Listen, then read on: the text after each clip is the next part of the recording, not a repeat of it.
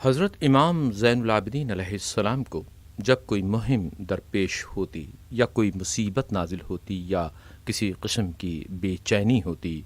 تو امام علیہ السلام یہ دعا پڑھتے تھے: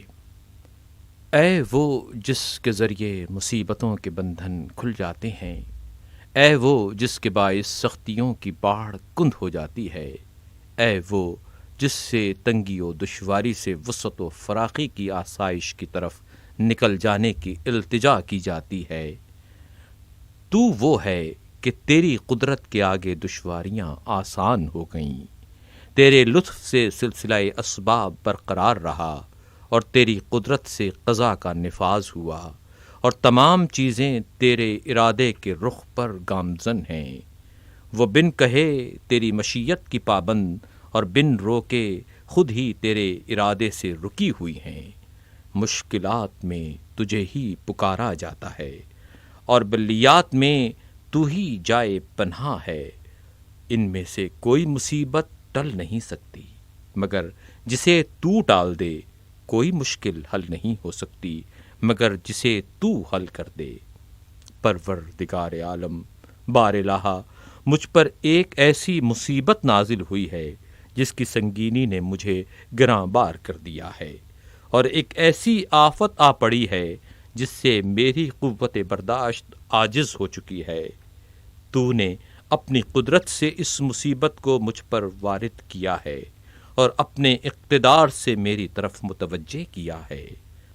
تو جسے تو وارد کرے اسے کوئی ہٹانے والا، اور جسے تو متوجہ کرے اسے کوئی پلٹانے والا، اور جسے تو بند کرے اسے کوئی کھولنے والا، اور جسے تو کھولے اسے کوئی بند کرنے والا، اور جسے تو دشوار بنائے اسے کوئی آسان کرنے والا، اور جسے تو نظر انداز کرے اسے کوئی مدد دینے والا نہیں ہے۔ رحمت نازل فرما محمد اور ان کی آل پر، اور اپنی کرم نوازی سے اے میرے پالنے والے میرے لیے آسائش کا دروازہ کھول دے، اور اپنی قوت و توانائی سے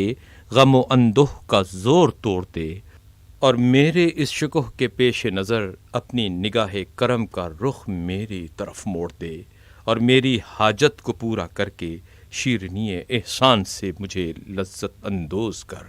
اور اپنی طرف سے رحمت اور خوشگوار آسودگی مرحمت فرما، اور میرے لیے اپنے لطف خاص سے جلد چھٹکارے کی راہ پیدا کر، اور اس غم و اندوہ کی وجہ سے اپنے فرائض کی پابندی اور مستحبات کی بجا آوری سے غفلت میں نہ ڈال دے، کیونکہ میں اس مصیبت کے ہاتھوں تنگ آ چکا ہوں، اور اس حادثے کے ٹوٹ پڑنے پر دل رنج و اندوہ سے بھر گیا ہے۔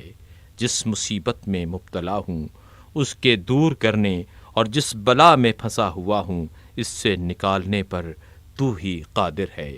لہٰذا اپنی قدرت کو میرے حق میں کار فرما کر، اگرچہ تیری طرف سے میں اس کا سزاوار نہ قرار پا سکوں۔ اے عرش عظیم کے